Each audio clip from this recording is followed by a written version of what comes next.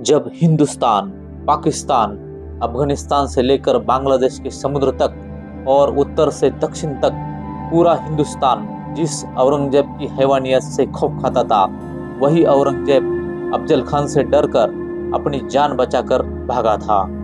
और उसी अफजल खान को छत्रपति शिवाजी महाराज ने 2 मिनट में ठोका था। अफजल खान को मारने के बाद पूरे हिंदुस्तान में से कोई मुस्लिम बादशाह नहीं बचा था जो छत्रपति शिवाजी महाराज के साम्राज्य को रोक सकता था। सैकड़ों सालों से चली रही मुगलों की गुलामी को चीरते हुए इस हिंदुस्तान की धरती पर छत्रपति शिवाजी महाराज ने हिंदुओं का एक अलग साम्राज्य खड़ा कर दिया। शिवाजी महाराज की ताकत से आप अंदाजा लगा सकते हैं कि जब तक छत्रपति शिवाजी महाराज जीवित रहे तब तक औरंगजेब ने महाराष्ट्र की धरती पर अपने कदम नहीं रखे। इतना जबरदस्त खौफ औरंगजेब के अंदर शिवाजी महाराज का बैठा हुआ था। दुर्भाग्यवश 3 अप्रैल सन 1680 को छत्रपति शिवाजी महाराज रायगढ़ पर अंत हो गया। इसके बाद औरंगजेब बड़ा खुश होकर हिंदुस्तान जीतने का सपना लेकर लगा था। उत्तर से लेकर मध्य भारत तक सब कुछ तो मैं जीत चुका हूँ, अगर दक्खन से इन मराठों का सफाया कर दूंगा तो पूरे हिंदुस्तान का बादशाह बन जाऊंगा। इसलिए तुरंत अपनी लाखों की सेना लेकर वह दक्खन में जा उतरा। और औरंगजेब इस बात से बेखबर था कि छत्रपति शिवाजी महाराज के बाद उनके पुत्र धर्मवीर संभाजी महाराज की नंगी तलवार से लेकर मुगलों का काल बनकर खड़े थे। जैसे कि मुगलों के कदम महाराष्ट्र की धरती पर पड़े, मराठों ने मुंह के मस्तक उतारने शुरू कर दिए, जिसके बाद गोवा के पोर्तुगीज, मैसूर के चिकादेवराय, कोंकण के सिंधी, महाजनपुर, नासिक, औरंगाबाद के मुगल एक साथ इस 121 सल्तनत को संभाजी महाराज ने मौत के घाट उतारा था। संभाजी महाराज के इन भयानक हमलों से औरंगजेब बौखला उठा। कहीं ये मराठे हर हर महादेव की ललकार देकर दिल्ली बरना टूट पड़े। यही सोचकर उनका दक्खन में सांस लेना तक मुश्किल हो गया। औरंगजेब छत्रपति संभाजी महाराज से इतना ज्यादा डर चुका था कि वह एक भी युद्ध से उनके आगे नहीं आया। पर आपने ही लोगों की गद्दारी के कारण छत्रपति संभाजी महाराज जैसे महान पराक्रमी योद्धा 11 मार्च सन 1619 को औरंगजेब से बड़ी दर्दनाक यातनाएं देकर छत्रपति संभाजी महाराज की हत्या कर दी। इसके देहांत के बाद औरंगजेब को लगा मराठा साम्राज्य को पूरी तरह से खत्म हो गया। जल्द ही वह दक्खन को जीतकर दिल्ली वापस चला जाऊंगा। तो दूसरी तरफ से छत्रपति संभाजी महाराज के मृत्यु से हर मराठा के अंदर हिंदवी स्वराज्य की आग लग चुकी थी। जल्द ही इस आग से मराठे औरंगाबाद के महाराष्ट्र से कब्र खोदने वाले थे और अगस्त सन 1689 को अपने राजा की मौत का बदला लेने के लिए सह्याद्री के वीर मराठों ने औरंगजेब को महाराष्ट्र के तुलापुर नाम की जगह ही घेर लिया और हर हर महादेव की गुंज के साथ संताजी घोर पड़े और गिने चंद मराठा सैनिकों ने औरंगजेब की लाखों की सेना चढ़ाई कर दी। वीर मराठा योद्धा संताजी घोरपड़े ने अपनी खूनी तलवार से मुगल सैनिकों के मुंड काट दिए। मुगल छावनी में घुसकर मराठों ने ऐसा मौत का चांडव मचाया कि हजारों मुगल सैनिकों को काटकर मौत के घाट उतार दिया। मराठों को हाथों हो लगी रही मुगलों की ऐसी भयानक मौत देखकर औरंगजेब का दिमाग ही रास्ते से फिर गया। जान बचाने के लिए वह कायर औरंगजेब उसी क्षण युद्ध छोड़कर भाग गया।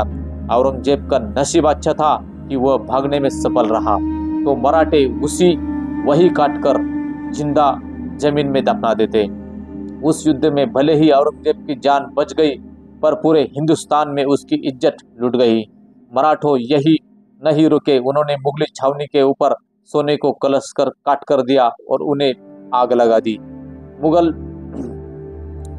औरंगजेब की क्रूरता और कुट्टरता के कारण पूरे हिंदुस्तान के राजे महाराजे थरथर कांपने लगे थे।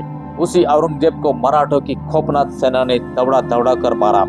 तुलापुर में हुई शर्मनाक हार से औरंगजेब पूरी तरह टूट चुका था। इसलिए मराठों से बदला लेने के लिए उसने दक्षिण भारत के सबसे ताकतवर सरदार कासिम खान को आदेश जारी किया। अब कासिम खान ने संताजी घोरपड़े को पकड़ने के लिए कर्नाटक में तलाकू गांव में एक मजबूत घेरा बनाकर मराठों का रास्ता रोक लिया था। पर मराठे कहाँ रुकने वाले थे। मराठों ने कासिम खान को इसी घेरे में तोड़कर और मुगलों की छाती को चीरकर कर्नाटक में तलाकू गांव में जबरदस्त मारकाट मचा दी। मराठों के अग्निबाण मुगलों की छाती को चीरते हुए आर पार निकल रहे थे। मुगलों की मौत का यह खूनी मंजर देखकर काजम खान की धड़कनें तेज हो गई और मराठों से डरकर मुगल सेना को लेकर वहां से डेरी के किले जाकर छुप गया। मराठों को पराक्रमी योद्धाओं ने डेरी के किले के चारों तरफ से घेर लिया। अब मराठा सरसेनापति संताजी घोरपड़े ने अपनी चाल चली और किले के अंदर से बाहर से बंद करके हजारों मुगल सैनिकों को कैद करके मार डाला। जो कि मुगल सिपाही किले से बाहर आने की कोशिश करते मराठों की तलवारी और गोलियों ने चलाकर उन्हें मार डालते। एक तरीके से देखा जाए तो मराठों उन्हें तड़पा कर मार रहे थे। किले के अंदर खाने के लिए कुछ भी नहीं रहे था तो मुगलों ने हाथी और घोड़ों को काट कर खा दिया। यहाँ पर ध्यान देने वाली बात यह है कि कासिम खान को औरंगजेब ने मराठों को मारने के लिए भेजा था। उसी कासिम खान ने मराठों को डर से किले के अंदर फांसी लगाकर खुदकुशी की। पूरे हिंदुस्तान के इतिहासों में मुगलों का ऐसा हाल कभी किसी ने नहीं किया जितना मराठों ने मुगलों का 2 डेरी किले में किया था। अली मर्दान खान, रुस्तुम खान, खुदाबंद खान, हसन अली खान जैसे अनेक ताकतवर योद्धा जिन रात एक करके मराठों के पीछा करते, पर मराठों ने औरंगजेब को नहीं छोड़ा तो यह मुगल सरदार मराठों का क्या उखाड़ लेते।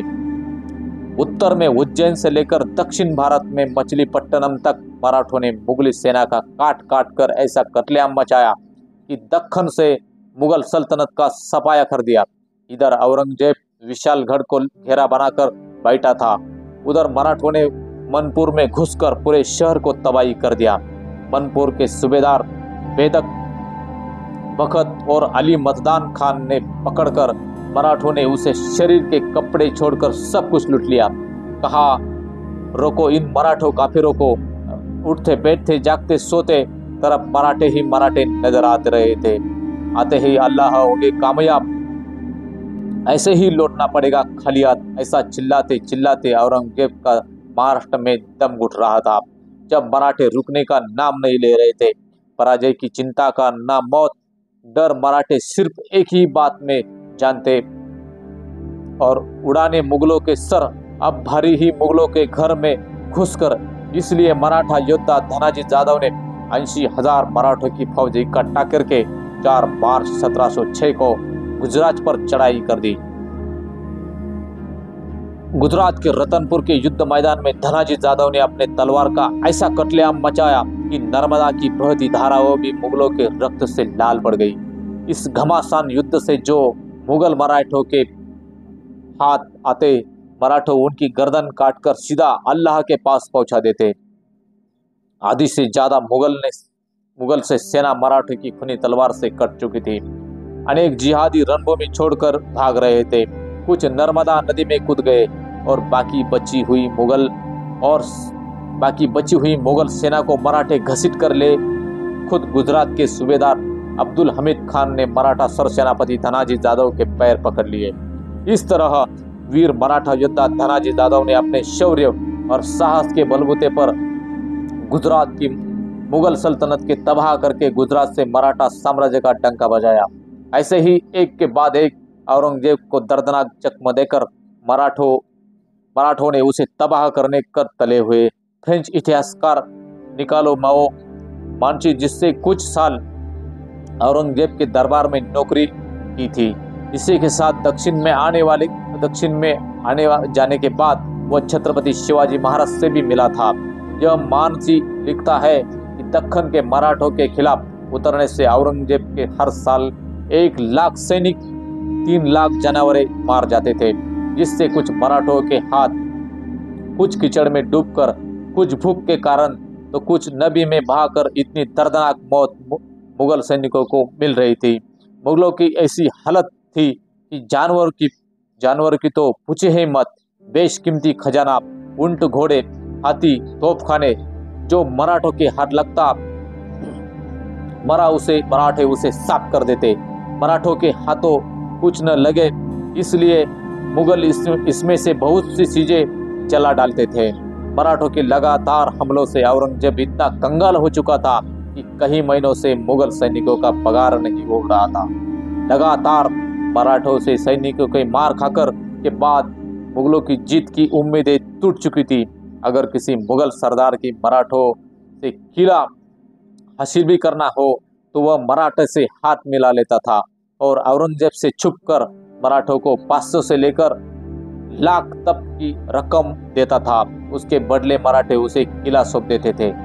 एक तरीके से देखा जाए तो मराठे मुगलों को लूटकर मस्त पैसा बना रहे थे, तो दूसरी तरफ मराठों ने हमलों से जीत लिया ऐसा झूठ बोलकर यह मुगल सरदार औरंगजेब को खुश कर देते थे।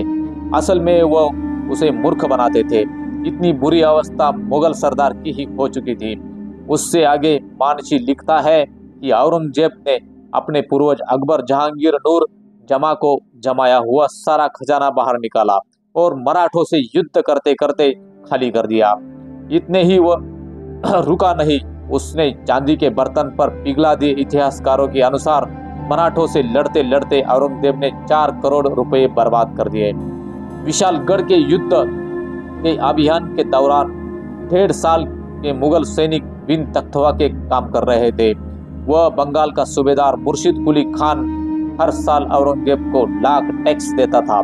उसी में किसी तरह औरंगजेब का खाने पीने का गुजारा हो रहा था।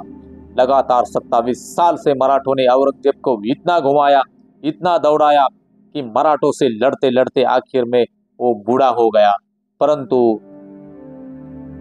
हार और बर्बादी में शिवा को कुछ ही नहीं मिला। उम्र के साथ साथ औरंगजेब का चेहरा इतना ज्यादा भयानक हो चुका था, दांत गिर चुके थे, गालों के गड्ढे पड़ गए थे। तो यदि कोई उसने औरंगजेब को पहले कभी नहीं देखा तो उसे देखकर उसे मुर्दा समझने का गलती करता था। इतना बुरा हाल उसका शरीर का हो चुका था। औरंगजेब की मौत पर रोने के लिए उसके नजदीक का कोई भी व्यक्ति जीवित नहीं बचा था। अपने बाप और भाई का तो इतना खुद ही मरवा डाला था। इसलिए उनके अलावा उनकी 3 बेगम बेटियां तथा नाती पोती बहन बेटियां सभी की मृत्यु उसकी आंखों के सामने हो चुकी थी। अपने ही किए हुए पापों की शिक्षा उसे जिंदगी भर मिल चुकी थी। अब औरंगजेब की मृत्यु का समय निकट आ चुका था, इसलिए मरने से पहले वह एक बार दिल्ली जाना चाहता था। पर जैसे ही मराठों को पता चला कि औरंगजेब बीमार है और दिल्ली जाना चाहता है, तो मराठों ने तुरंत अहमदनगर को चारों ओर से घेर कर मुगल प्रदेशों को लूटपाट मचा दी। इसी बीच औरंग एक भयानक दर्द और पीड़ा से गुजर रहा था, पर मराठों के कारण इसी इलाज मिलना भी संभव न हो पाया और 3 मार्च 1707 को महाराष्ट्र के अहमदनगर किले के वह नीचे औरंगजेब तड़प तड़प के मर गया। हिंदुस्तान का बादशाह बनने का सपना उसी की कब्र में दफन हो गया। पढ़ लेना कभी औरंगजेब की मृत्यु का पत्र, सिर्फ एक ही हिंदू राजा का नाम आएगा, छत्रपति शिवाजी महाराज का मराठा साम्राज्य।